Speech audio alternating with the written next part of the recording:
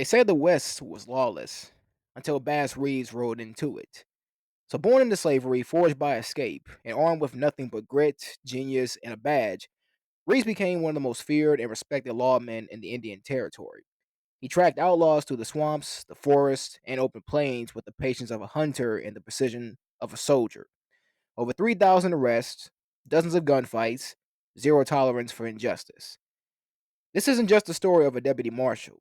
This is the story of the man who turned the Wild West into his jurisdiction. Bass Reeves was born into slavery in July 1838 in Crawford County, Arkansas, a frontier region that sat on the edge of the American South and the vast, largely unsettled lands that would later become Oklahoma. So he was born not into poverty, but into property. A human being legally owned under the chattel slavery system that defined the antebellum South. So Reeves and his family were enslaved by William Still Reeves, who was a prominent Arkansas landowner, politician, and state legislator. So William Still Reeves was part of the Southern planter class that wielded political power and economic influence through slave labor. And this is critical context because Bass Reeves was not enslaved on a small backwoods farm. No, he was enslaved within the orbit of a politically connected slaveholding family, and that meant that Reeves's labor, his movements, and his life were closely controlled. And he likely served in both agricultural, cultural, and domestic capacities. And like many enslaved boys, Bass would have grown up watching adults live under constant surveillance, threat, and humiliation. So he would have witnessed punishments, family separations, and the rigid racial hierarchy that told him from childhood that he was legally less than human. And there are no surviving written records from Reeves' childhood, as enslaved people they were denied literacy and documentation around this time. But historical patterns of Arkansas slavery allow us to infer the environment that he grew up in, because the environment that he grew up in, there were long hours of physical labor from childhood, and there was little to no formal education and exposure to violence as a tool of discipline, and forced deference to white authority at all times, and a life where obedience was demanded, not negotiated. And this early environment, it matters deeply when trying to understand the man that Reeves would become, because he was raised inside a system where the law existed to oppress him. And decades later, he would become one of the most formidable enforcers of that very law. And that transformation begins here. So, as Bass had grew into adolescence, he was reportedly transferred from William Still Reeves to his son George Reeves. And this was a common practice that enslaved people they were often given as property to family members. Because when the Civil War had broke out in 1861, George Reeves joined the Confederate Army. So historical accounts indicate that Bass Reeves accompanied George Reeves into the war as a personal servant, sometimes referred to as a body servant, common practice among the Confederate officers. So these enslaved men, they were expected to cook, to clean, to tend to the equipment, and attend to the personal needs of their enslavers during wartime. And this is an important turning point in Bass's life, because for the first time, he would have been outside the controlled plantation environment. So he would have been exposed to the military equipment or the military encampments and the large movements of men and resources, the confusion and breakdown of order during wartime, and the geographic transition into Indian territory. So war creates chaos, and chaos creates opportunity. And several historical accounts, most notably from the later biographers and oral histories, state that while serving George Reeves during the war, Bass Reeves got into a violent dispute, possibly over a card game.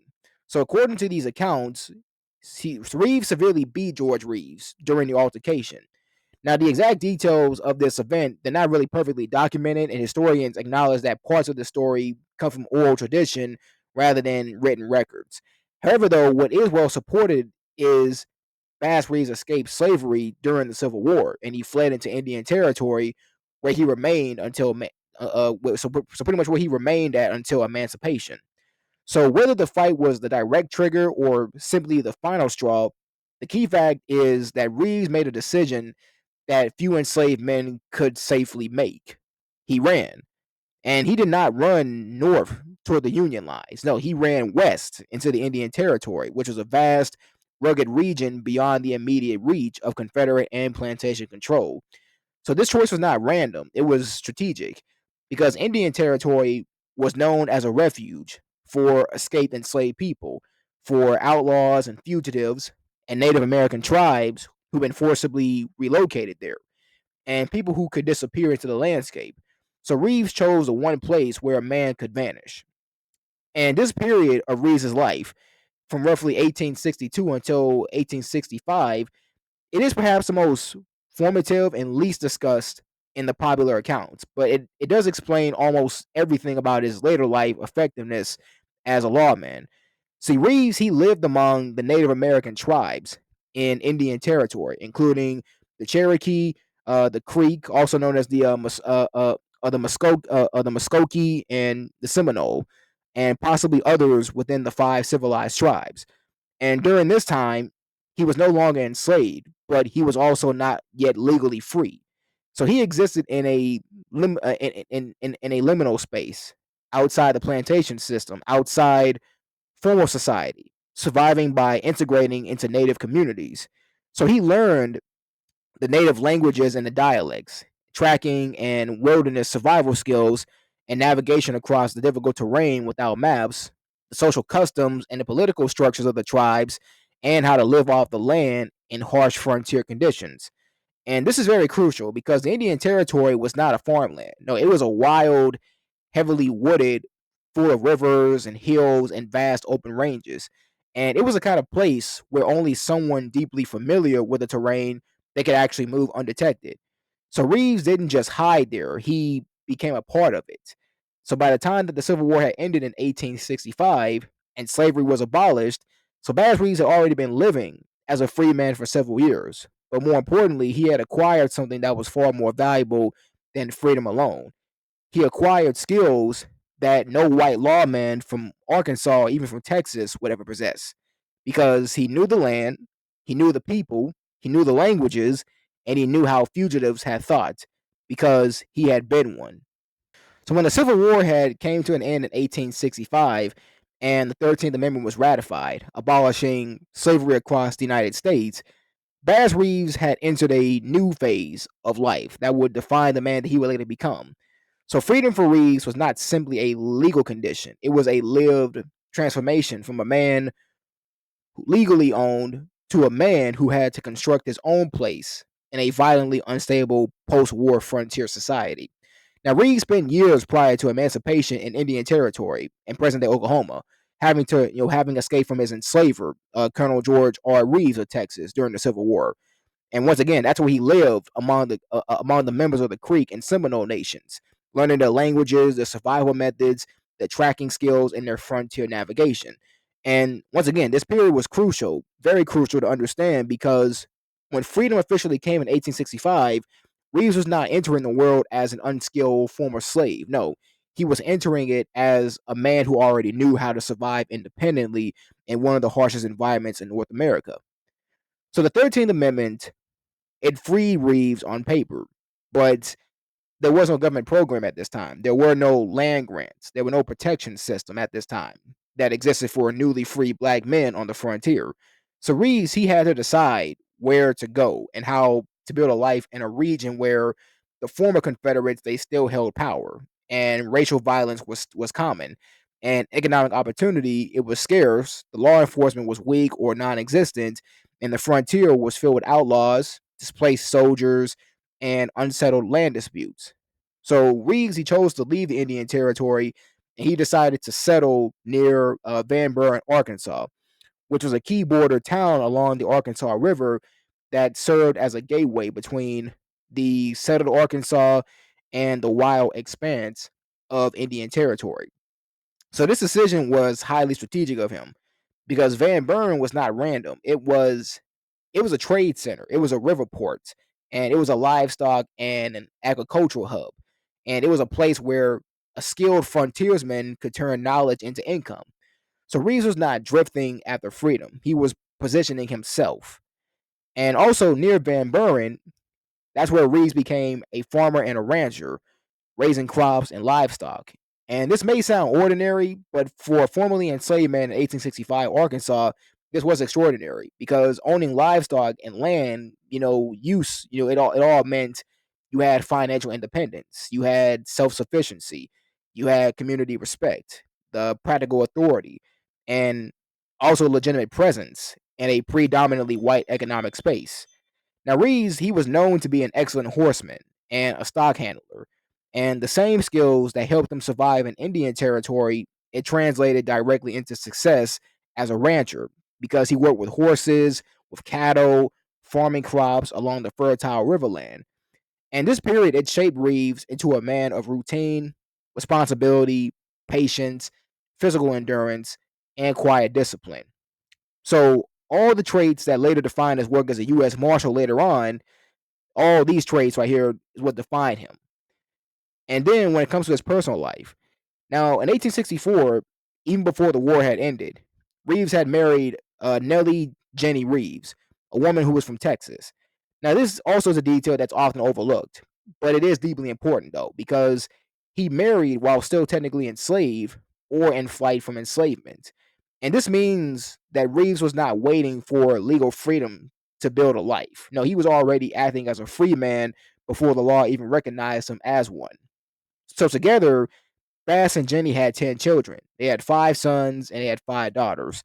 So raising a family of that size in post-war Arkansas, it required constant labor, economic stability, community relationships, protection from racial hostility, and emotional steadiness. So Reeves was not a drifter or a lone frontiersman. So he was a family man first. And this matters because it reframes how we understand him later as a lawman. Because he was not chasing adventure or reputation, he was building and protecting a home. And really, what this era represents, it represents a powerful psychological transformation. Because before 1865, it was property and controlled movement, forced labor, no legal identity, and survival for the self for Bass Reeves. But then, after 1865, he was now a property owner. He was, and there was self-directed travel. There was chosen labor. It was head of household, and now survival for his family. So Reeves, he had to learn how to think as a free man in a country that still treated black men as inferior. And that tension, it forged a very specific personality, which was quiet, observant, disciplined, and unshakably self reliant. So he was learning how to manage responsibility, how to navigate racial hostility without provoking danger, and how to command respect without demanding it, and how to operate in spaces where the law did not always protect him. And these skills are exactly what Judge Isaac C. Parker, what he would later look for when appointing deputies to police the Indian Territory. And once again, the reason why this is often underestimated, because many biographies they rush through this period as a footnote between slavery and law enforcement. But this is an era where Reeves he learned economic independence. He became a husband and a father, and he developed community reputation. He built credibility. He demonstrated responsibility. He proved reliability, and he established himself as a man that is trusted by both his black and his white neighbors. So by the time that he was recruited as a deputy U.S. Marshal in 1875, Reeves was not being chosen randomly. He had already spent 10 years proving himself as a stable, respected, and highly capable citizen on the frontier. And this decade was his proving ground. So on May 10th, 1875, so President Ulysses S. Grant, so he appointed Isaac Charles Parker as the federal judge for the Western District of Arkansas, which was headquartered at Fort Smith. So this was not an ordinary judicial appointment. It was a federal emergency measure because the Western District Court at Fort Smith had jurisdiction over Indian Territory, which was present-day Oklahoma once again. So this vast region that had became a sanctuary for murderers who were fleeing Texas, Arkansas, Missouri, and Kansas. You had horse thieves and cattle rustlers. You had train and stagecoach robbers. You had whiskey peddlers that were violating the federal prohibition laws in native lands, and outlaws who exploited the legal gray zone between the tribal sovereignty and the federal authority. So Indian Territory had no effective centralized law enforcement. And the tribal courts, they governed the internal tribal matters, but non-native criminals operating there, they fell under federal jurisdiction. See, the problem in this was no one could catch them. And Parker, he inherited a judicial district with over 200 pending murder indictments and thousands of outstanding warrants. So the territory, it spanned over 75,000 square miles of forest, rivers, plains, and mountains, and outlaw hideouts to impose federal authority. So Parker, he received authorization to commission 200 deputy U.S. Marshals and unprecedented expansion. So these deputies would not function like town sheriffs. No, they would operate as long range federal manhunters, traveling alone or in small posses for weeks or even months at a time. And this is where Bass Reeves, this is where he enters federal history. Now, the reason why Bass Reeves was recruited. Now, Reeves was recruited, so he wasn't recruited randomly, nor was he symbolically, because his selection, it was practical, it was strategic, and it was based on rare capability.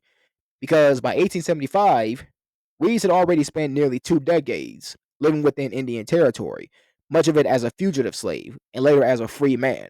So during this time, he already had developed the master level terrain knowledge because he knew the Creek, he knew the Cherokee, he knew the Choctaw, he knew the Chickasaw and the Seminole lands. He also knew the hidden trails, the river crossings, and the outlaw corridors. And he also knew where criminals had camped, where they traded, and where they hid at, and how to track through prairie, the woods, and the rocky hills without leaving a trace.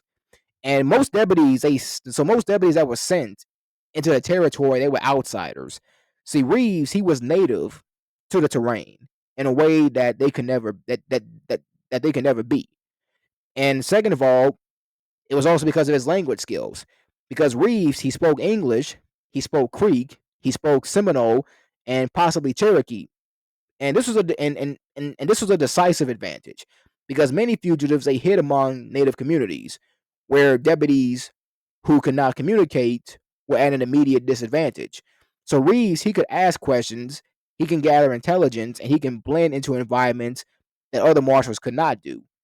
And then he also was known for his tracking and survival skills because Reeves, he had lived as a hunter and a scout because he could track footprints that are days old. He could live off the land for weeks, navigate by the stars and the terrain, travel long distances without supplies, and recognize the camp signs, the broken brush, and disturbed soil. And this is precisely the skill set that's required for for Parker's style of law enforcement. And on top of that, he also had a reputation for integrity. See, Reeves had a personal reputation for honesty and discipline, and Parker needed that. He needed deputies who would not be bribed, who would not be intimidated or corrupted, because Indian Territory was notorious for deputies that were losing their warrants in exchange for money. And Reeves, he was known as a man who did not bend. So for Parker, Reeves was not an experiment in diversity. He was the perfect operational asset. And also Reeves' appointment, it was also historically significant. But that significance is also often misunderstood because Reeves is one of the first African American deputy U.S. Marshals west of the Mississippi.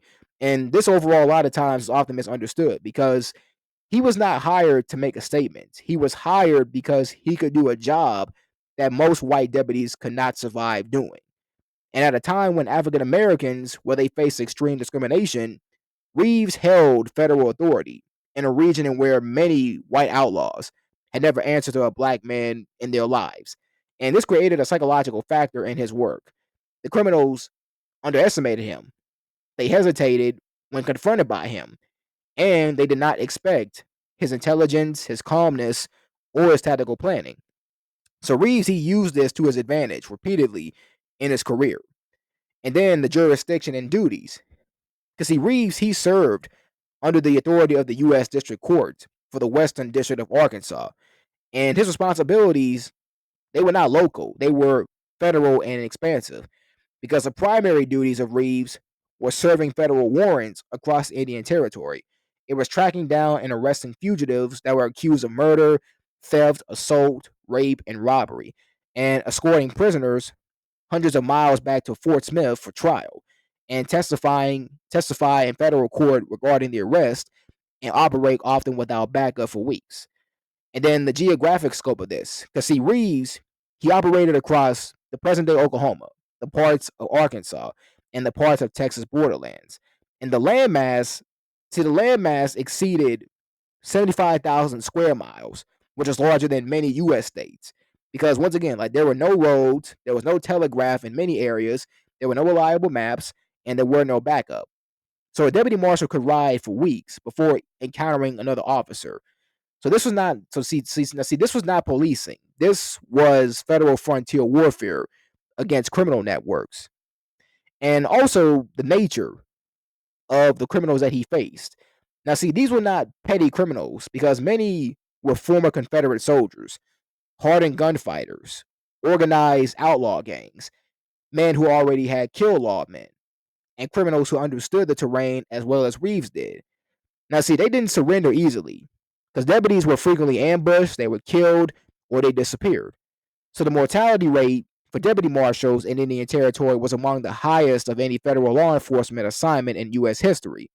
So Reeves, he survived 32 years, 32 years in this role. And that is very statistically extraordinary. And the reason on what this beginning really means. Now, what does this beginning really mean? See, this moment in 1875 is not just the start of Reeves' career, but it marks the moment when a formerly enslaved man becomes the long arm of federal justice in the most dangerous region of the United States. And this is historically profound for several reasons. Because Reeves, he transitions from a fugitive to federal authority. He enforces the law in the same territory where he once hid from slave catchers. And now he hunts the men who use the wilderness the way that he once did. And there is a poetic inversion here that is rarely emphasized in popular accounts. And also, when it comes to speaking about the legendary career as a U.S. deputy marshal, now when it comes to Bass Reeves' career, now once again, like it's the environment. Because see, to understand Reeves' reputation, you need to understand the environment. Because once again, like there were no roads, there was no backup, there was no telegraph communication, there were no marked towns across large portions of the territory. And once again, armed fugitives who knew the terrain better than lawmen did. You had the swamps, you had forests, you had mountains, rivers, extreme weather, and criminal hideouts that were protected by family networks and tribal boundaries. So deputy marshals, they often rode alone or even in pairs, and many of them never came back. And Reeves did this for 32 years. For 32 years. So for overall a span of 3 decades, for 32 years, and he never suffered a gunshot wound. He never suffered a gunshot wound in 32 years that he did this. And that fact alone is extraordinary in the context of frontier law enforcement. So Reeves' effectiveness, it was not luck. It was a combination of highly specialized skills that were rarely found in one individual because, once again, he had the tracking and the survival skills. And he was also very fluent in Native American languages. And he was also an expert marksman who had expert marksmanship and horsemanship.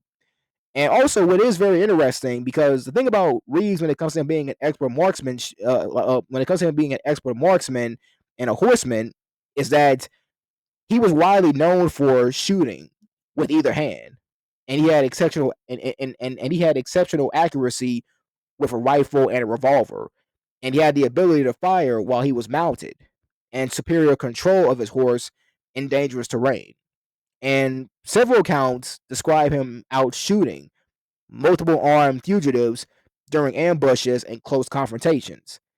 And also one of the most like say intriguing one of the most intriguing parts of Reeves when it comes down to his skills and reputation is his disguise, strategy, and psychological tactics. Because Reeves didn't rely on force alone; he relied on deception and strategy. Because he would pose as a fugitive, pretend to be a farmer, a cowboy, or a traveler, and approach the outlaw hideouts without raising any suspicion, and to gain trust before making arrests. So one of his most famous tactics actually involved him allowing himself to be taken in by fugitives or their families, studying the layout of the home and arresting his targets when they were vulnerable. And he hunted men. He hunted men who thought they were safe. So over his career, Reeves is credited with over 3,000 arrests. 3,000 arrests. That's the amount of arrests that Reeves has made. More than 3,000 arrests throughout his 32-year career. And this number is not a folklore neither. No, it comes from a documented court returns filed by deputy marshals with the federal court in Fort Smith. So each arrest, it meant that tracking a fugitive across the miles of wilderness, capturing an armed criminal, and escorting them back, sometimes with multiple prisoners at once, chained together on horseback. So he was known for bringing in more prisoners in a single trip than other deputies were. And then his killings in self-defense. See, Reeves, he's credited with killing at least 14 men in self-defense in the line of duty. And these were not duels or shootouts for reputation. No, these were survival encounters. Because in nearly every case, the fugitive fired first. Reeves returned fire with precision, and Reeves survived. And the most remarkable part is that Reeves was never shot. He was never shot, despite the countless armed confrontations that he had. So, in the context of the frontier law enforcement, this is nearly unheard of. And the newspapers of the time even described Reeves. They described him as fearless, as relentless, and the most effective deputy in the territory, and a man that criminals had dreaded hearing was on their trail. So outlaws, they knew his name, and some reportedly even surrendered immediately upon learning about Reeves when he had the warrant. And that's not a myth. That is reputation that is earned through consistent results. And there's also one widely repeated and historically supported episode that illustrates Reeves' cunning. See, Reeves, he was pursuing two fugitives. He tracked them to the home of relatives, and instead of confronting them, he presented himself as a weary traveler. He accepted food and lodging. He observed the home, the layout, and behavior, and he waited until the men were asleep. And then he quietly disarmed them and he arrested them in their beds. So, see, there was no shootout, there was no risk, just patience and intelligence. And this method, it became part of his reputation because Reeves did not always fight, he outthought. And in 1902, and this is the most personal arrest of Bass Reeves' career. So in 1902, Bass Reeves was actually handed a warrant unlike any other, and he had to arrest his own son. His son, known as Benjamin Benny Reeves, who had been accused of murdering his wife. So most men in this case would have refused, but Reeves, he didn't refuse. What he did was he took the warrant himself. He tracked down his own son and arrested him, and he delivered Benny to Fort Smith for trial like any other fugitive. So Benny, he was convicted and he was sentenced to life imprisonment at Fort Leavenworth. And years later, due to good behavior, he was paroled. So this event, it does tell us something critical about Reeves. And what that tells us is that for him, the badge was not symbolic. The badge was absolute. And the law did not bend for blood. And then when it comes to later career and retirement, so by November 1907, the long era of Indian Territory and separate federal martial jurisdiction came to an end.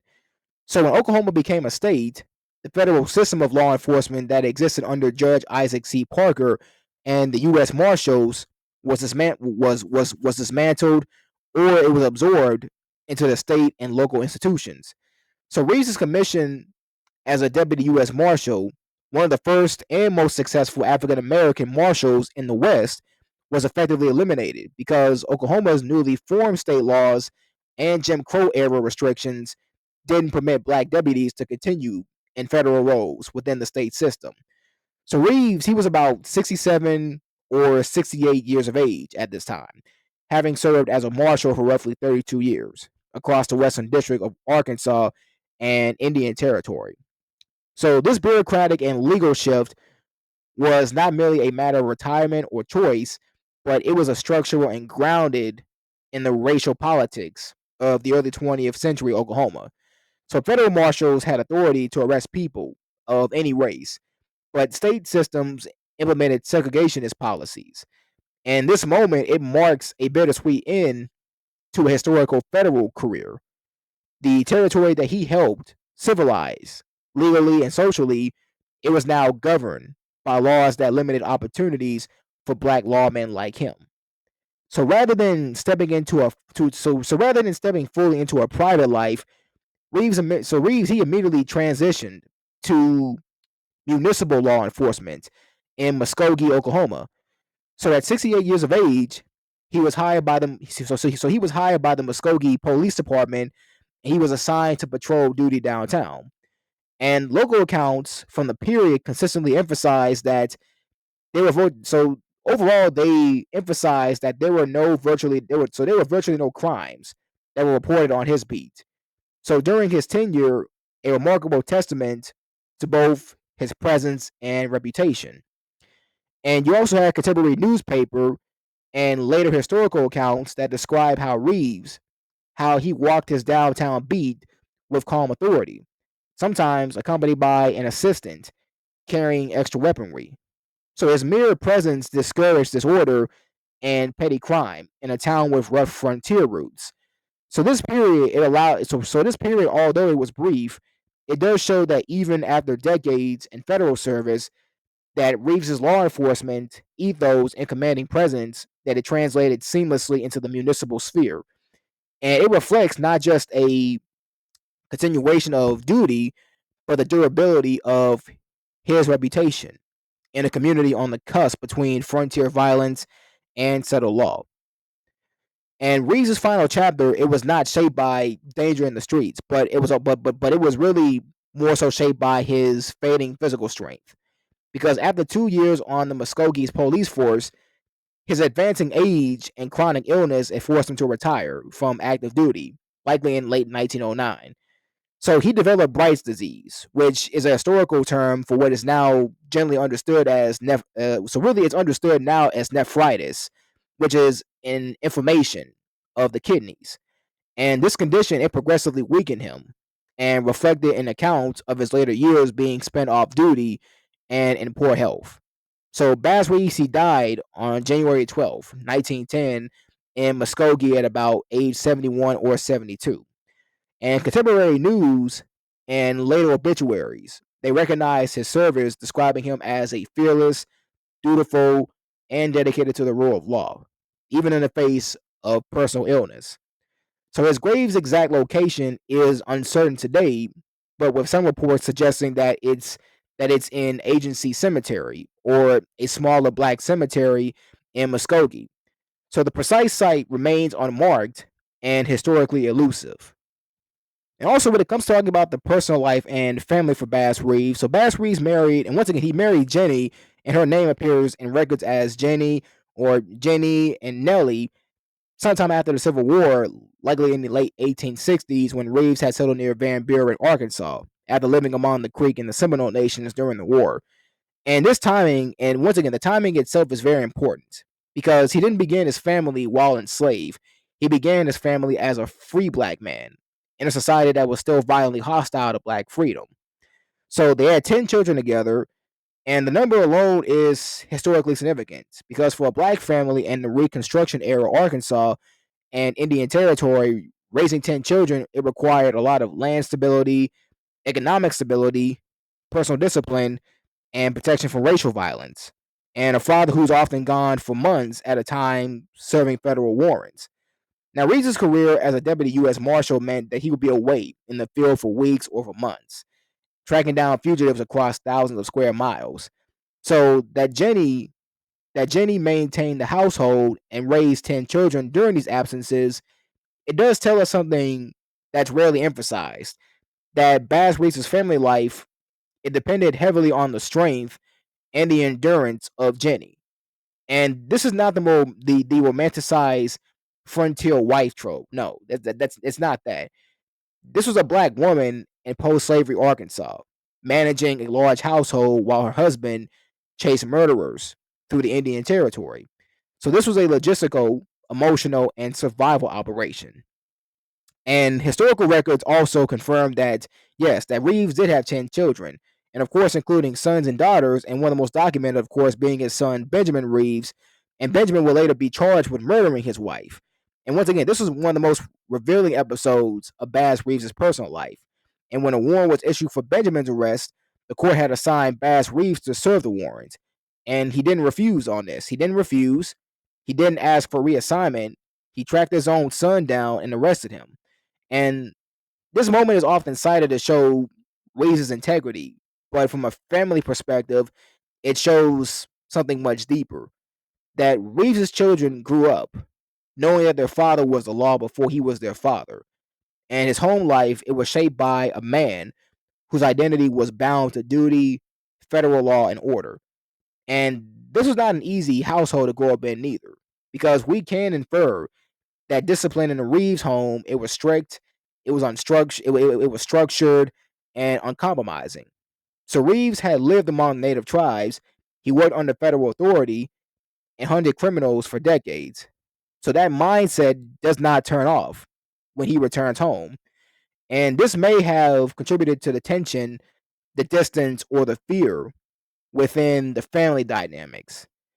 And then Jenny's death in 1896. So this was a turning point for him. See, Jenny died in 1896 after nearly 3 decades of marriage. And by this time, Reeves had served as deputy marshal for over 20 years. And his children were already grown or nearly grown. He was aging, but he was still active in the field. So her death would have fundamentally changed his domestic life. Because for almost 30 years, Jenny had been the stabilizing force of the household, while Reeves lived a dangerous, mobile, violent profession. And when she died, Reeves was not just widowed emotionally; he lost the logistical anchor of his home life. And this is likely why, within 4 years, he remarried. And also his marriage. So he married Winnie Sumter in 1900 in Muskogee, Oklahoma. So Muskogee had become a major federal court center for Indian Territory, and Reeves he was stationed there frequently. So this second marriage was not in a rural Arkansas; it was in it was in a developing town that was tied to the federal administration and the law enforcement. So this does suggest that Reeves's life had shifted from the frontier tracking to more settled federal work. So he saw companionship and domestic stability again, and he was entering a later stage of life. But once again, he was still active in law enforcement at this time. So this marriage is less documented than the first one, but the records do confirm that they did have children together, and Reeves was now managing a second household in his later years while still serving warrants. And this is extraordinary for a man nearing his 60s with decades of hard field service behind him. And also, the most important personal detail for Bass Reeves. Now, the most important personal detail when it comes to Bass Reeves is the fact that it's his illiteracy. Now, perhaps the most understood part of his life is that he could not read or write. And this was not uncommon for formerly enslaved people at this time, because what is uncommon, though, is what Reeves actually did despite this. Because the deputy U.S. Marshals, they operated with written warrants, with legal descriptions, with names, aliases, crimes, and jurisdictions, and court procedures. So Reeves, he solved all this by developing an So really, he developed all this by developing an auditory memory system. So he would have had warrants. So like he would have warrants be read to him aloud, and then memorize the names, the physical descriptions, the charges, the locations, and the routes. So he associated the sound of the name with the image of the suspect. And this is an advanced mnemonic system, which is overall like modern cognitive psychology recognizes this as associative auditory visual encoding. So Reeves, he did this in the 1870s through the 1890s with no formal education. So he could track multiple fugitives across a territory larger than many US states from just memory alone. And once again, this is not luck. No, this was a trained mental discipline. And there is a tendency to frame Reeves' illiteracy as a weakness that he overcame. But to me, I would say that's incorrect because Reeves, he developed alternative cognitive mastery because literacy was denied to him. So he trained memory, he trained observation, the pattern recognition, the spatial mapping, oral recall. And these are the exact skills that are needed for frontier law enforcement. So, in many ways, Reeves' lack of literacy had forced him into a sharper form of intelligence that made him uniquely suited for the job. And also, what this also says about Bass Reeves as a man. So, for me personally, what I would say about this is that I think what stands out is that Reeves was a great lawman. It's that, he built and maintained two families while doing one of the most dangerous jobs in America. He functioned at a federal level without literacy. He enforced the law on his own son, and he lived between worlds. Where he was enslaved, he lived in the tribal world, federal, and domestic. So Reeves lived a life of constant adaptation. He was never comfortable, he never settled, never was static. His family life was built around a man who belonged more to duty than to home. And that does have consequences. So his children did not grow up with a present father. No, they grew up with a legendary one. And there is a difference in this. And I think what this part of the so I think what this part of his life, what this really reveals is that it does showcase the strength of black family formation after slavery. The burden that's placed on black women like Jenny to maintain homes alone, and the psychological cost of being married to a man whose life was violence and duty, and the extraordinary mental discipline of an illiterate federal officer, and the moral code that placed law above blood. So this is not romantic. It is hard, it is disciplined, and it is complex. So Bass Reeves is a legend that is often told through gunfights and arrests. But his real greatness, it may lie here. It lies in the fact that he's a man who cannot read, who had 10 children, buried his wife, remarried, 100, 100 criminals across thousands of miles, arrested his own son, and he still showed up every day to do his job with precision. And once again, that right there is not a folklore. That is a life that is built on discipline, memory, duty, and endurance. So when it comes to the legacy and the historical significance, so Bass Reeves stands out as one of the most accomplished frontier lawmen in U.S. history, particularly notable for his effectiveness in tracking and capturing fugitives, and his longevity in service across the most dangerous law enforcement terrain in the West. So Reeves broke significant racial barriers as a black lawman in the post-Reconstruction era, enforcing federal law over indigenous people, the white settlers, and black citizens alike during a period when Jim Crow, when the laws limited the roles open to African Americans. And also, some historians and even some writers have posited that Reeves may have been an inspiration, directly or indirectly, for the fictional character of the Lone Ranger. Though definitive evidence, it is still is lacking, and this does remain speculative. So in modern times, Reeves is increasingly recognized in books, and documentaries, and television portrayals that seek to reclaim the often overlooked history of black lawmen in the American West. So Bass Reeves' life arc, from enslaved youth to free farmer to legendary federal peace officer, reflects individual determination and the broader transformations of the United States following the Civil War and the Reconstruction era. So over his 32-year career, Reeves demonstrated exceptional courage, skill, integrity, and impartial enforcement of the law. He embodied the challenges and the contradictions of the post Civil War frontier, enforcing federal justice across a diverse and dangerous territory. So Reeves' legacy endures as a testament to the critical but often under-recognized role that African Americans played in shaping the American West and enforcing rule of law during one of the country's most tumultuous periods.